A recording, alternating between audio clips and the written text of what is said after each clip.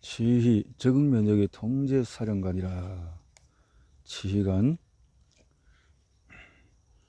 림프절에 선천 면역이 보낸 위험 정보와 경보와 활성화된 항원 제시 세포가 도착하여 사이토카인을 분비하면 다양한 제조합 유전자를 가진 B세포와 T세포가 혈관에서 림프절 안으로 들어오기 시작한다. 이 신입세포들은 항원 제시세포와 활발히 접촉하면서 자기가 만들어내는 면역 단백질이 바이러스의 표식과 결합하는지 맞춰본다. 이 결합은 자기 세포가 아닌 코로나19의 단백질에만 결합해야 한다. 자기 세포와 결합하면 자신을 공격하게 되고 코로나19와 결합하지 못하면 면역 전쟁에서 패배하기 때문이다. 이 과정에서 가장 먼저 선택되어 활성화되는 세포가 면역의 사령관인 도우미 헬퍼 T세포다. 헬퍼 T세포. 면역에서는 바이러스에 적응하는 목표를 위해서 수많은 세포들이 사이토카인을 통해 소통하고 협력하고 희생한다. 하지만 지휘관이 없는 군대는 오합지졸이듯이 시간과 공간 상황에 따라서 면역에 참여 하는 세포들을 적절하게 통제하는 세포가 필요하다. 적응 면역에서 일어나는 항체 생산의 전반적인 과정을 지휘하는 면역 세포가 바로 도우미 T세포다. 비록 도움이라는 부드러운 이름이 붙어있지만 적응 면역의 전체 과정을 통제하는 총사령관이다. 이 세포의 중요성은 악명 높은 에이즈에서 확인이 가능하다. 에이즈의 원인인 인간 면역 결핍 바이러스는 특이하게 도우미 T세포의 표면에만 있는 소형체에 결합한다. 그래서 감염이 되면 나머지 면역세포들은 다 정상인데 도우미 T세포들만 계속 죽어나간다.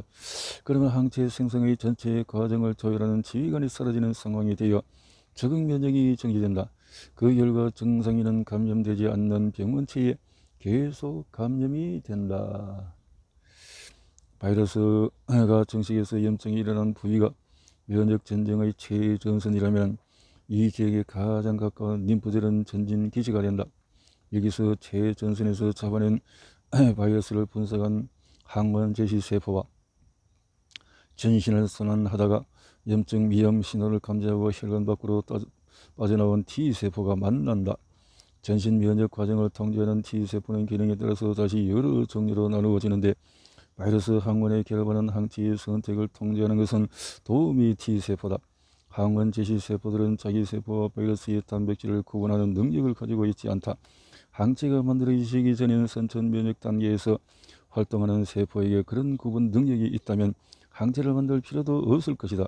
따라서 수지정 세포의 표면에 제시된 대부분의 펩타이드는 자기 세포가 만들어낸 단백질의 흔적이며 침입적인 바이러스의 펩타이드는 극소수에 불과하다.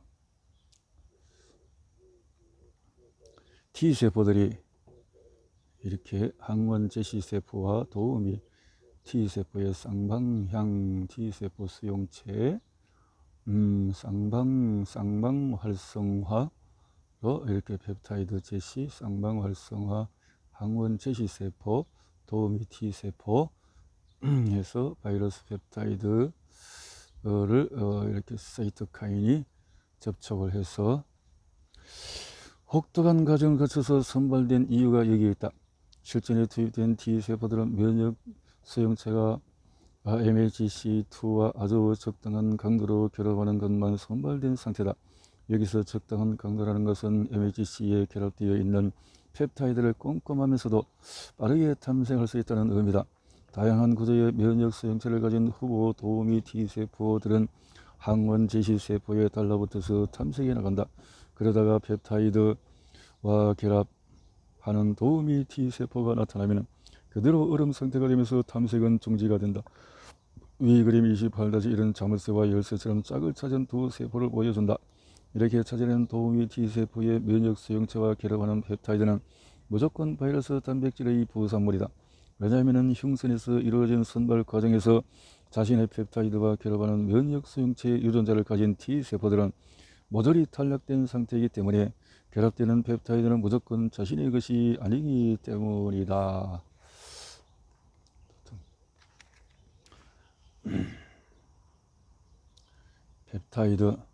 펩타이드에 받침되면서 동시에 세포의 신분증이기도 한 MHC 단백질 중에서 도미 T세포들은 MHC2만 선택적으로 확인한다. 저 항원 제시 세포가 포식에서 만들어낸 단백질 조각만 집중적으로 확인하는 셈이다. 감염 지역에서는 바이러스 입자의 포식 확률이 크기 때문에 이런 아주 합리적인 전략이다. 단단히 달라붙은 항원 제시 세포와 도미 T세포는 서로 신호를 교환을 하면서 동시에 활성화된다. 활성화된 도미 T세포는 세포 분열을 시작해서 바이러스의 단백질 조각을 인식하는 면역 수용체의 유전자를 가진 세포의 수를 늘리기 시작한다. 이렇게 도미 T세포와 B세포의 활성화에 대해서 이렇게 결합을 한다.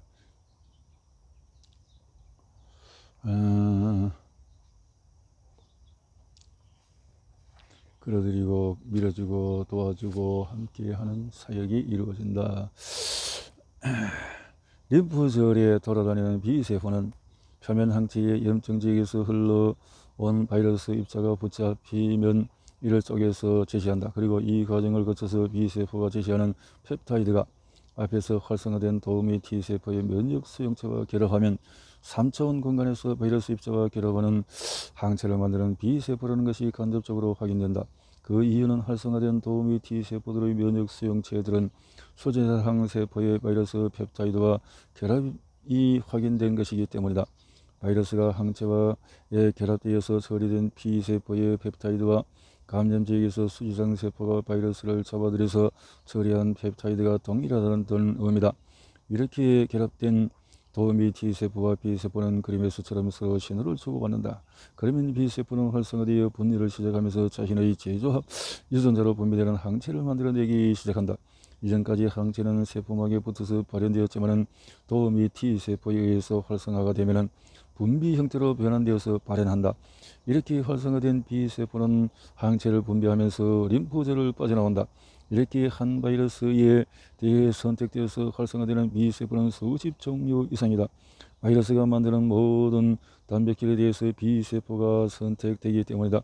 또한 하나의 단백질에서도 접근 가능한 에피토프에 대한 다수의 항체가 선택되어 활성화된다. 이를 모두 합쳐서 다클론 항체라고 한다. 5가지의 항체 종류가 항체 생산을 허락받은 B세포에서는 종류 변환과 항체를 다듬는 과정뿐만 아니라 단백질 생산 환경에 이르기까지 대대적인 변화가 일어난다. 항원과 결합하는 항체의 가변 부위 유전자가 결정된 상태에서 B세포는 이제 고정 부위의 유전자를 선택해서 면역 전쟁이 벌어지는 상황에 적합한 항체를 만드는 작업을 시작한다. 항체라고 하면은 일반적으로 세총 모형을 떠올리지만 활동하는 위치에 따라서 5가지 형태의 항체가 있다. 이렇게 5가지 항체가 있다.